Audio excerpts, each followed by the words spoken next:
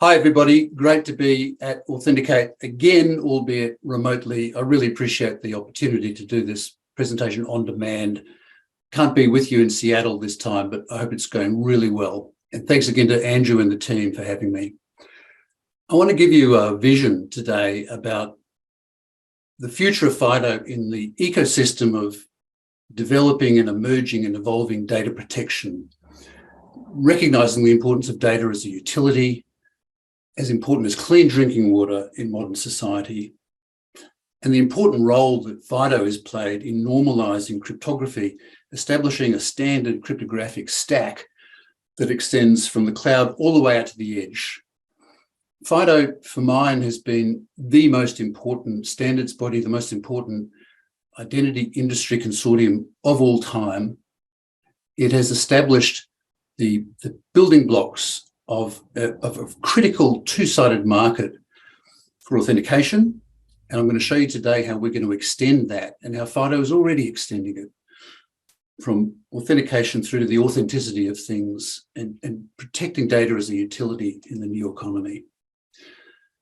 FIDO's mission, of course, started as solving the world's password problem. And along the way, we have consumerized cryptography. We have normalized a cryptographic stack of technology. We're defining a critical capability, a de facto standard, if you like, a benchmark for the sorts of capability that is almost always available now at the edge. And this is going to let us head beyond authentication. FIDO is adjacent to some things that I've been near and dear to for many, many years. FIDO, in effect, is the cousin of technologies that go back to the Forteza card over 30 years ago, the cryptographic coprocessors. These were, first of all, consumerized into smart cards in places like France and Europe and indeed the US federal government PIV card. We've had the reader problem forever in smart cards, so we've had smart card, reader-less smart card options for some time. The electronic passport, I mean, think about the cryptography that's embedded in that chip that presents your bona fides at terminals around the world. Much more recently, the cryptocurrency wallet. Personally, I think it's surprising that it took the cryptocurrency industry so long to rediscover hardware security, but there it is now, another cousin of FIDO. And where FIDO's been going beyond security keys, secure modules in mobile phones, and trusted platform modules, they're now moving into embedded IoT coprocessors, my favorite being the Microsoft Azure Sphere and the Proton chip that goes with that. So these are all cousins. And what do? We'll come to that. FIDO was in the right place at the right time. Back in 2003, gosh, we're coming up to the 20-year anniversary of Bill Gates announcing that Microsoft was committed to smart card technology as a strong authenticator, but we were still using readers. And this was a niche technology for a long time. Barely 10 years later, and we start to see the embedded biometrics, the embedded cryptography, and the tamper-resistant secure modules into the most sensationally easy-to-use form factor of all time, the smartphone. FIDO was in the right place at the right time to leverage that embedded technology and to make use of it as passwordless authentication. Now, you know, famously, it's said that the smartphone today has more computing power in it than NASA did in the time of the Apollo moon landings. Let's remember what's inside a mobile phone. For our purposes, it's all about the secure element and the embedded cryptography. So, I mean, call me a geek, but I think what's more remarkable is that the smartphone embeds more cryptography than what the National Security Agency had at its disposal in 1999. So what are we doing consumerizing that cryptography, that embedded technology?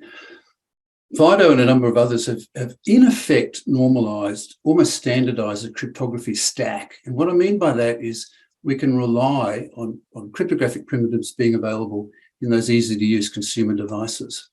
These include key generation, key pair generation, tamper-resistant, true random number generation, so that the quality of those keys is known from origin, a private key enclave or a secure element, tamper-resistant storage, digital signatures. A cryptographic coprocessor is built into the standard stack. What we're looking at there, by the way, is the block diagram of an Infineon IoT coprocessor. And Infineon, of course, is one of those important chip-level members, leaders of the FIDO community. And hardware roots of trust, completely standard now as an objective across the identity management industry. Now, the properties, like what do these things do? What we're looking for is tamper resistance. I mean, hardware is almost a given. Hardware is cool again. These devices are compact. They're relatively small pieces of software. They're relatively easy to certify. They are personally protected. These are personal devices. We know what to do with them. They're on our person all the time. We know how to unlock them. We know how to use them. There's an amazing amount of embedded technology that's completely usable now, seamless. And these things are easy to keep safe. We have had decades now of normalization, habituation of how important a mobile device is and how to keep it safe and what to do in the unlikely event that we lose it. So that gives us seamless two-factor authentication. And what's all of this for? It's actually about binding. It's all about knitting things together so that we can rely on the right device being in the right hands at the right time and leveraging that. So obviously strong authentication, but the mission of FIDO, the phone as a second factor. A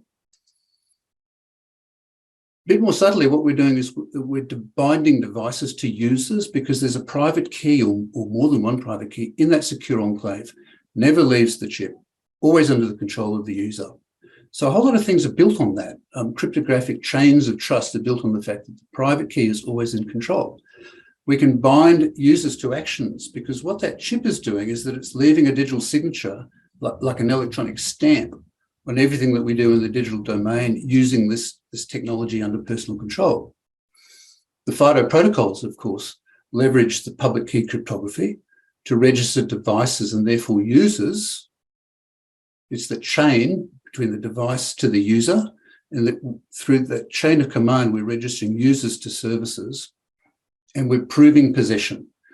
Everything the user does leaves a digital signature that is verifiable in real time and verifiable and auditable at any point in the future to prove that the person was in possession of the keys and therefore was involved in a transaction, had consent to the transaction, and is bound to everything that they did. Now, these days, the hottest topic in identity, of course, is the verifiable credential.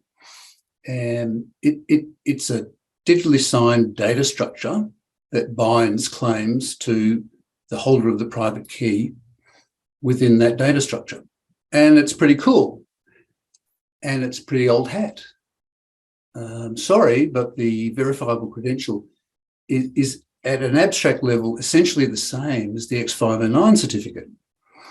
Both of these things take claims about individuals, they bind them to the individuals because the individual is holding a private key, and it signs that binding. The person and the claim is bound by the issuer and tied together with a digital signature. It's very important. This pattern has been with us for a long time, but it's not a new idea.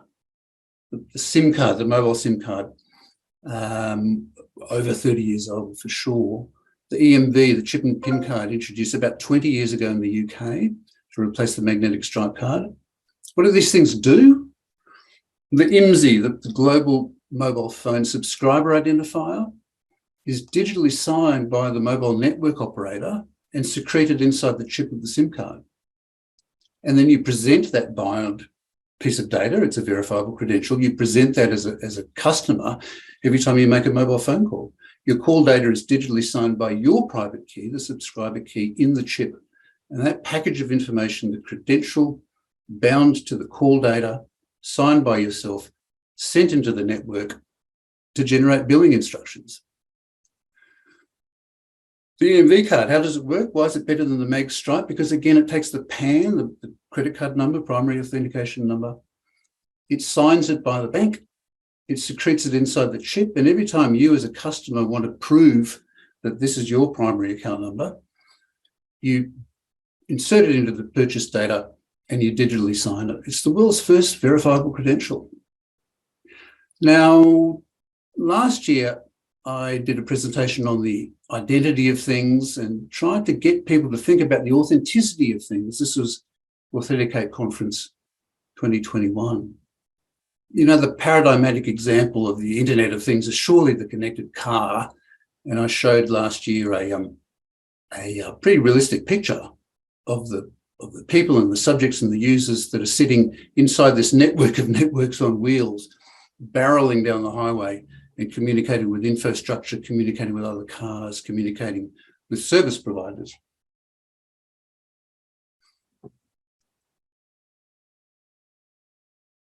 If you follow the logic that a verifiable credential takes an important fact and important facts and figures about people and binds them together in some sort of microcontroller, then it's very easy to take that next step into the authenticity of things.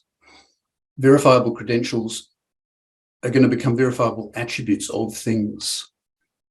Imagine a digital certificate of authenticity for spare car parts. The manufacturer's warranty needs to be machine readable and needs to be digitally signed by the manufacturer. We can have compliance certificates for emissions control and for electrical energy certification. We can have the service history. Every service event can be digitally signed by the authorised personnel and added to the history of the vehicle. So the Internet of Cars is a no-brainer. And beyond that, I mean, we've got all of these issues with photography and fake news and deep fakes, and do you trust the evidence of your own eyes? Photographs can be digitally signed inside the chip, inside the secure element of a mobile phone these days. The entire supply chain, the problem with counterfeiting of physical goods, the emergence of smart RFID tags. Again, this is another form factor. It's a cryptographically active device that can be holding these digitally signed assertions about everything in the supply chain. So all of this is going to be knitted together into infrastructure, and we'll come back to just how important that is and what the role is of the FIDO standards and the FIDO vision for protecting all infrastructure. Authentication. FIDO has been dedicated to authentication as opposed to identity. Identity is the sort of identities in the eye of the relying party, I like to say. Identity is a decision that's made by the receiver. Authenticity is something that the sender of a message. Authentication is the business of the FIDO standards. But you know, it's a bigger idea than authentication. Authenticity more broadly. Imagine if you could assay the data that's flowing through the digital economy, just like we assay crude oil and just like the way that we do quality inspection on electricity and water. What do you want to know about data?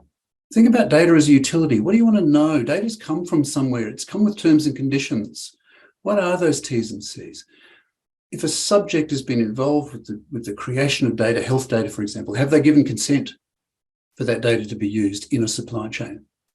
Algorithmic transparency. Every step of the way, data is being processed and massaged and evaluated.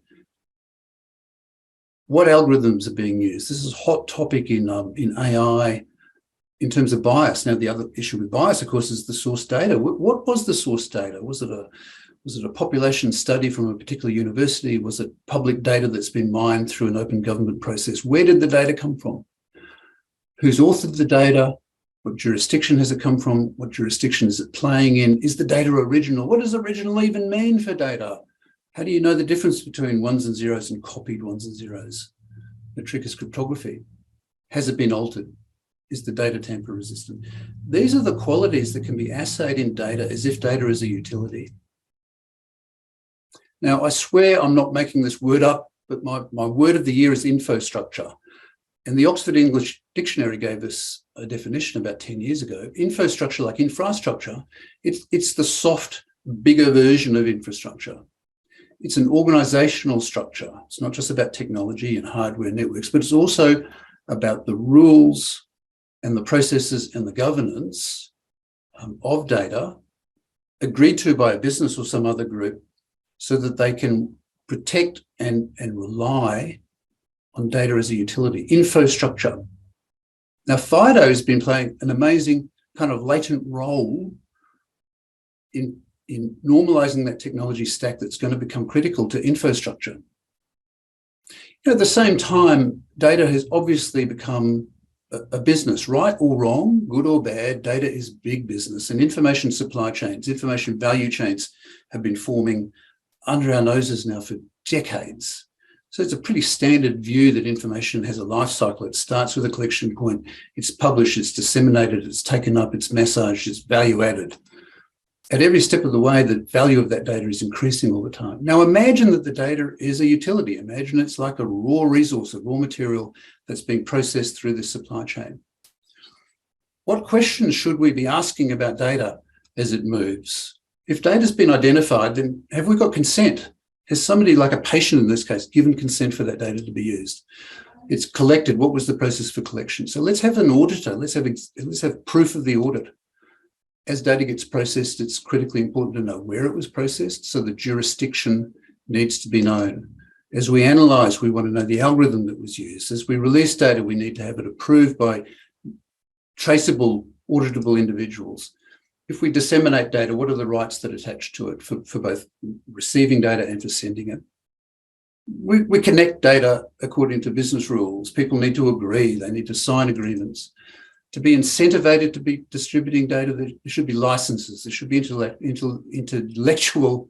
intellectual property rights that attach to data. So how do you mark the data? How do you prove that the data is licensed? How do you prove the affiliation? As data becomes influential, it's not what you know, but how do you know? What institutions, how is the data affiliated? Data is used, who's using it? Data is processed, who's collaborating? Who else is using the data? This is the way to frame data as a utility and to start to think about how do we assay it, how do we hallmark data at every step of the way. There's a mythology in my business that the internet is missing an identity layer, and I think that has been a misconception of the problem. It romanticizes identity. We don't need an identity layer, we need an authenticity layer. The thing is that this is so much bigger than identity. This is about the quality of all data, the authenticity of everything that we use online. So let's come back to FIDO's position and its members' position in this emerging ecosystem. Two super important things about the FIDO constitution from day one. It involved relying parties. That's why FIDO succeeded so quickly, that we had important relying parties, from memory, Visa, MasterCard, Bank of America, Chase, all at the table, the relying parties. But at the same time, FIDO uniquely had the semiconductor companies at the table. And I think some people at the time scratched their heads about that. It was really just about the secure elements in the mobile phones. What's really important is that these leading semiconductor chip companies are building the physical wallets, those hardware wallets, the key generation, the tamper resistance, the cryptography built in. These people are front and centre, guiding and shaping the FIDO agenda. And of course, the cloud. So we go from the edge, we start at the cloud. The big cloud properties, including Apple, are now all working, collaborating. Incredible. I mean, Andrew and the team have been rightly proud of the fact that you've had Google, Apple, Microsoft all signing off on the latest FIDO initiatives and standards. It is amazing. So how do you put all of this together? I mean, that's exactly what FIDO's done. FIDO has put together a chain of trust and a chain of protocols that extend from the cloud all the way out to the edge and back again. And what's it for? This is for the digital economy. Every single thing that we do is going to increasingly depend on the quality of the information that's feeding into those processes. So we need to think bigger than the old confidentiality, integrity, availability, the hackneyed old security qualities. We need to think about data as a resource and what really matters. The authenticity of data, its originality. We can prove the originality of data now for the first time in history. The fidelity, the tamper resistance, the reliability, and the value of data as a utility. That's what infrastructure is all about.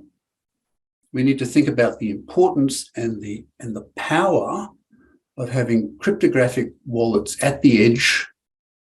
Maybe the wallet metaphor is a bit tired now. Some of these things we've talked about are like a wallet of one, a SIM card and an EMV card. But whatever the form factor is, we know what those qualities are, we know what the properties are of the hardware at the edge, we know how FIDO has set the de facto standards now for the capability at the edge. We know what we can do with this stuff. We can build that authenticity layer, and we can start to join the FIDO membership from the edge all the way to the cloud to the relying parties, and build those standards for infrastructure for the emerging digital economy. It's exciting times. I hope that this has sparked some conversation. I'd love to hear from you. Have a great meeting. See you next year. Cheers.